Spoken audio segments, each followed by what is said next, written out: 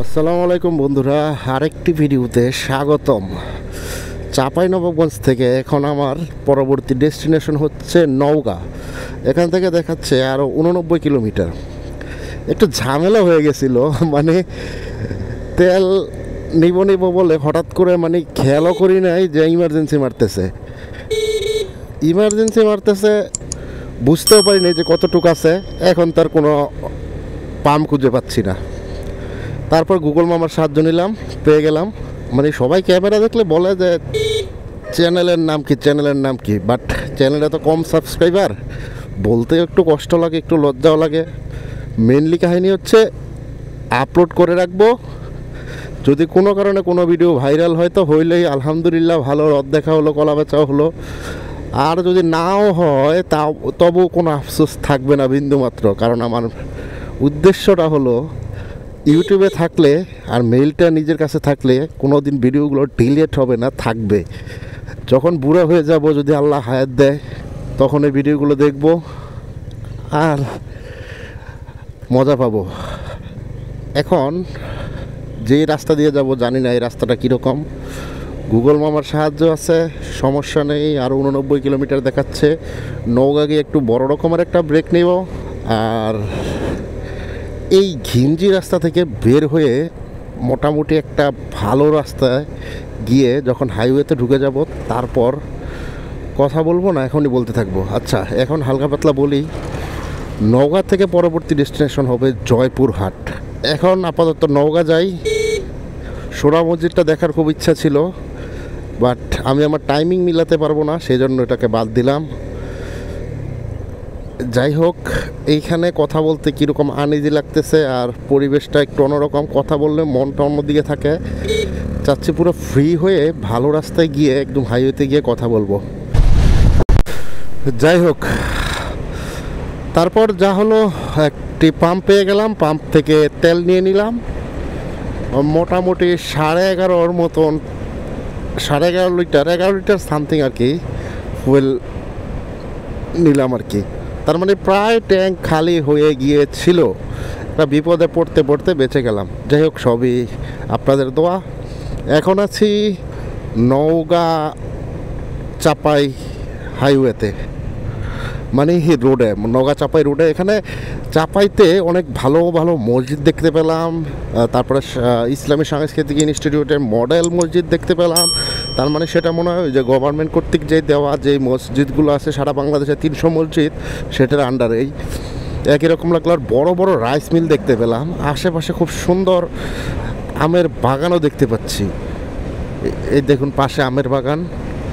So যেতে যেতে এই আশেপাশের দৃশ্যগুলো উপভোগ করতে থাকি, আর নওগাঁর নামকরণের ইতিহাস এবং কিছু দৃষ্টিনন্দন জায়গার ইনফরমেশন আমরা জেনে নিই। বাই দ্য ওয়ে, নামকরণের যে ইতিহাসগুলো প্রত্যেকটা জেলার আমি আপনাদেরকে বা ইনফরমেশনগুলো আমি দিচ্ছি, সেটা কিন্তু অনেকের চিন্তাভাবনা বা অনেকের জানাশোনার বাইরেও হতে পারে, কারণ সবগুলো কিন্তু নেট থেকে নেওয়া। কারোর সাথে ওই রকমভাবে এলাকার লোকাল যাদের সাথে, তাদের সাথে কথা বলে নেওয়া না। বা এক এক জায়গার যেমন 2 রকম ইতিহাসও থাকতে পারে, যে 2টা মানুষ বা 3 দল মানুষ 2-3ভাবে জানে যে নামকরণ কিভাবে হয়েছে। আর দর্শনীয় স্থানগুলো ইনশাল্লাহ মিস হবে না, ইনফরমেশনগুলো ভুল হবে না আশা করি।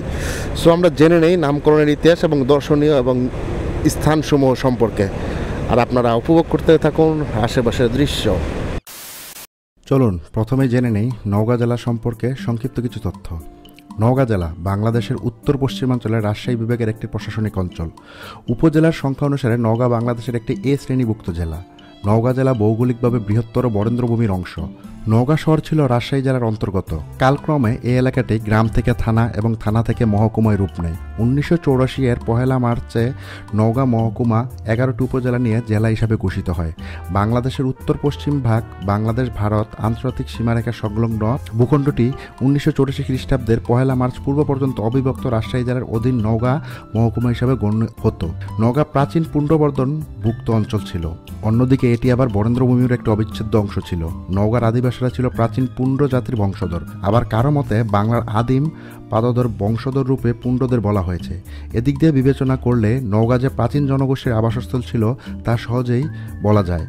এর উত্তরে ভারতের পশ্চিমবঙ্গ, দক্ষিণে নাটোর জেলা ও রাজশাহী জেলা, পূর্বে জয়পুরহাট জেলা ও বগুড়া জেলা, পশ্চিমে চাঁপাইনবাবগঞ্জ জেলা অবস্থিত।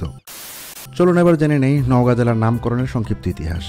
এ জেলার নামকরণের ইতিহাস সম্পর্কে তেমন কিছু না জানা গেলেও নওগাঁ শব্দের উৎপত্তি হয়েছে নতুন ফার্সি শব্দ ও গ্রাম শব্দ দুটি হতে।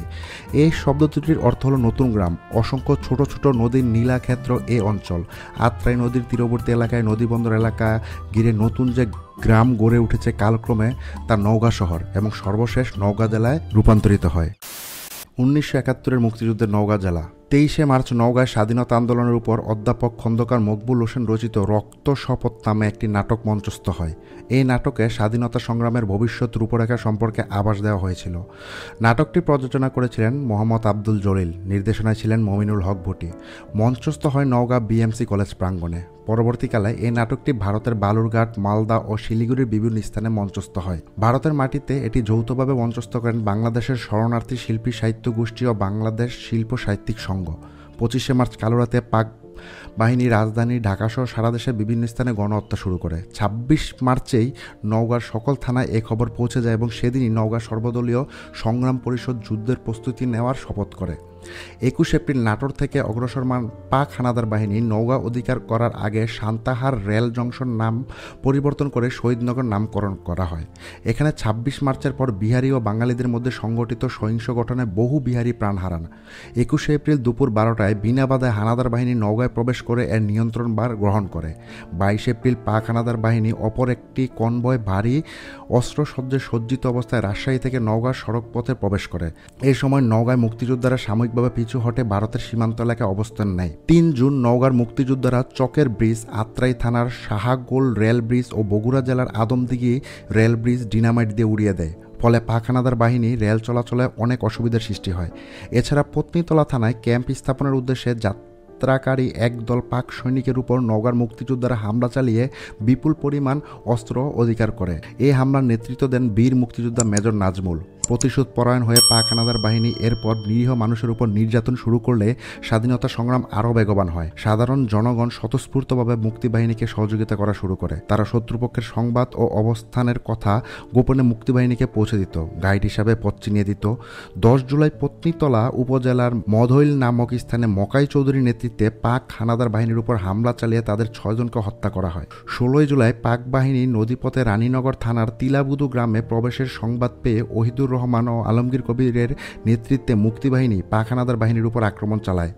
এতে পাক বাহিনীর 2টি নৌকা ডুবে যায় এবং 4 জন পাক সৈনিকের মৃত্যু হয়। 14 আগস্ট পাকিস্তানের স্বাধীনতা দিবসে মহাদেবপুর থানায় হাপানিয়া সড়কে মুক্তিবাহিনী পেতে রাখা একটি শক্তিশালী বোমার আঘাতে একটি জিপ ধ্বংস হলে 5 জন পাক হানাদার সৈন্য নিহত হয়। এর প্রতিশোধ নিতে 15 আগস্ট পাক বাহিনী আশেপাশের গ্রামে নির্মম গণহত্যা চালায়।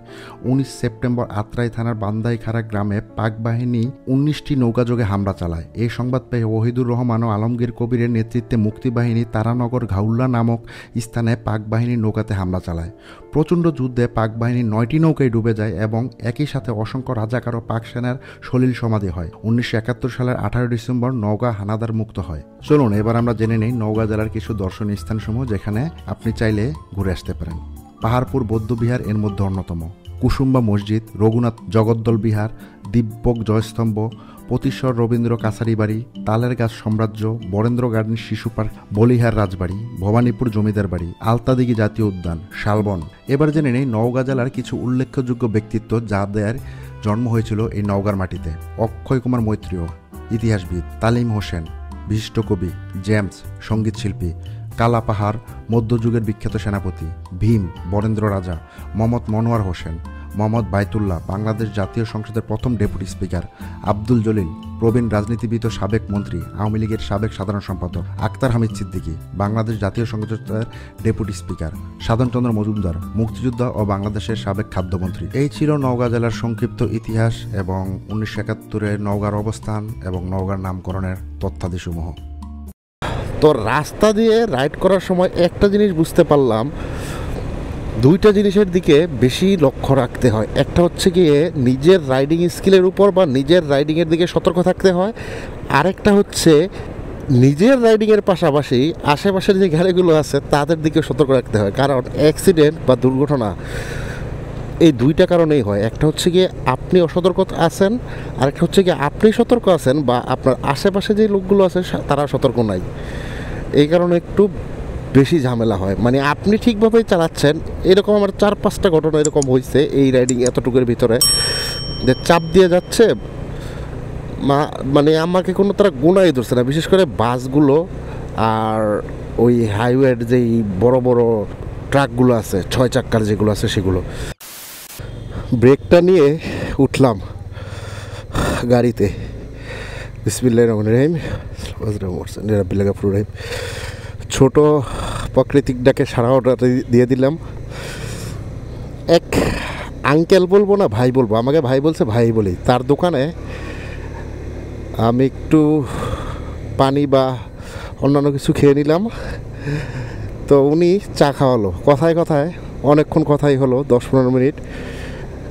আসলে গ্রামের মানুষগুলো খুবই সহজ সরল এবং অতিথিপরায়ণ, বাংলাদেশের ঐতিহ্যের সাথে এটা খুব ভালোভাবে মিশে আছে। এতটুকু সময়ের ভিতরে উনি খুব আপন করে নিলেও ঢাকার মানুষ শুনলো, নিজে চা খাওয়ালো, চায়ের বিলটাও নিল না, বললো আমার বাসায় তাহলে দাওয়াত নেন, অথচ তার সাথে পরিচয় 5 মিনিটের। এই যে একটা আন্তরিকতা, এইটা ঢাকা শহরে পাওয়াটা খুব মুশকিল। মানে ওনার সাথে জাস্ট 10 মিনিটের কথা একদম আপন করে নিল। 98 সালে উনি এসএসসি পাস করলেন, বাকি সব কিছুই বললেন মোটামুটিভাবে যতটুকু বলা যায় 5 মিনিট এই 10 মিনিটের ভিতরে। এর মাঝে উনি দাওয়াতটাও দিয়ে দিলেন। আমি বললাম দোয়া করেন তাহলে হবে, হয়তো বা আরও অন্য কোনো একদিন দাওয়াত নিব। এই এতটুকু কথা ঢাকার মানুষ বলতে কেন জানি দ্বিধা পায়। এক ফ্ল্যাটে যদি কখনো হয়ে যায়, আরেক ফ্ল্যাটের মানুষ জানে পরের দিন, 4-5টা দোকান পরে গিয়ে আরেকজন কাকা চা এনে দিল, চা খাওয়ালো। এই জিনিসগুলো আসলে ভোলার মতন। এরকম মানে গ্রামের মানুষ বলতে এরকম একদম সহজে আপন করে নেয় আর অতিথিপরায়ণ খুব। এটাই বাঙালি, এটাই বাংলার আসল রূপ, আসল রূপ বাংলার। এই রূপটা পেতে হলে একদম পুরো গ্রামের দিকে আসতে হবে। ওনার ছেলে সিভিল ইঞ্জিনিয়ারিংয়ে পড়াশোনা করতেছে রাজশাহীতে। কথা হলো ঢাকার অবস্থা নিয়ে, তত্ত্বাবধায়ক এই বর্তমান সরকার নিয়ে। মানে এই অল্প সময়ের মধ্যে কতটা আপন হয়ে গেলাম। দোয়া করে দিল, হ্যান্ডশেক করা হলো। এই জিনিসগুলো আসলে অবাক করে। যাক, আল্লাহর নাম নিয়ে আবার শুরু করলাম নওগাঁর উদ্দেশ্যে, মানে নওগাঁ সদরের উদ্দেশ্যে। বেশিক্ষণ হয়তো বা লাগবে না, আর ঘন্টাখানেকের ভিতরে পৌঁছে যাব ইনশাল্লাহ। তারপর সেখান থেকে আমাদের পরবর্তী ডেস্টিনেশন শুরু হবে। ইতিমধ্যে আমরা নওগাঁর ভিতরেই আছি, বাট নওগাঁর কোনো একটা কোণে আছি, মান্দাতে আছি। সিগনেচার পিকচার তোলার জায়গা পাচ্ছি না, সিগনেচার পিকচারটা তুলে নিব যে কোনো একটা সুবিধা মতন জায়গা দেখে।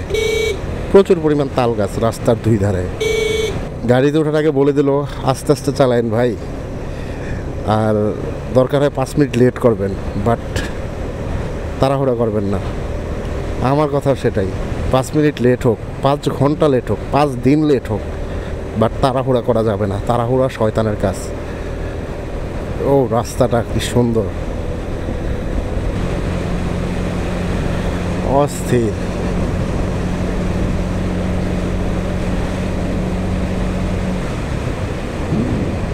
2000 years later. এখন ছিলাম সাব হাইওয়েতে, এবার মেন হাইওয়েতে ঢুকে পড়লাম। মানে হাফ হাইওয়েতে ছিলাম এতক্ষণ, একটু গ্রামের ভেতর দিয়ে। এখন পুরা যেটা মহাসড়ক আছে সেই মহাসড়কে আছি, রাজশাহী নওগাঁ মহাসড়কে আছি। তার মানে রাজশাহী থেকে আসলে এই সড়ক দিয়ে আসতে হতো, ঠিক আছে। তো মহাসড়ক এখন মনে হচ্ছে বাকি যেই পথটুকু আছে খুব তাড়াতাড়ি শেষ হয়ে যাবে, বেশিক্ষণ সময় লাগবে না আশা করি। মহাসড়কে একটু সুবিধা পাবো তো এটাই স্বাভাবিক। গ্রামের ভেতরে ছিলাম, একটু ভয় ছিল, রাস্তাঘাট একটু খারাপ ছিল। এখন আশা করি রাস্তাঘাটও ভালো হয়ে যাবে। বগুড়া শহীদ প্রেসিডেন্ট, সাবেক প্রেসিডেন্ট, বাংলাদেশের শহীদ প্রেসিডেন্ট জিয়াউর রহমানের এলাকা। তো এই বগুড়া জোনের ভিতরে নওগাঁ 36 কিলোমিটার। আর ঠিক আছে, এখান থেকে বগুড়াটা 82 কিলোমিটার। বাট বগুড়া যখন ঢাকার দিকে যাব তখন বগুড়াটাকে ধরবো। আপাতত নওগাঁ থেকে অন্য দিকে যাওয়ার চেষ্টা করি। এখন সিগনেচার পোস্ট নিয়ে সিগনেচার পিকচার নিয়ে নিলাম। নওগাঁর জার্নিটা এখানেই শেষ। এখন আমাদের পরবর্তী ডেস্টিনেশন, সেটা একটু পরেই বলতেছি। ভিডিও ভালো লাগলে অবশ্যই আমাদের সাথে থাকবেন এবং সাবস্ক্রাইব করে বেল আইকনটিতে প্রেস করে রাখবেন যদি আপনাদের মনে চায়। নওগাঁর রোড টু নওগাঁ এখানেই সমাপ্ত ঘোষণা করলাম। নওগাঁর বন্ধুরা অবশ্যই কমেন্ট করে জানাবেন।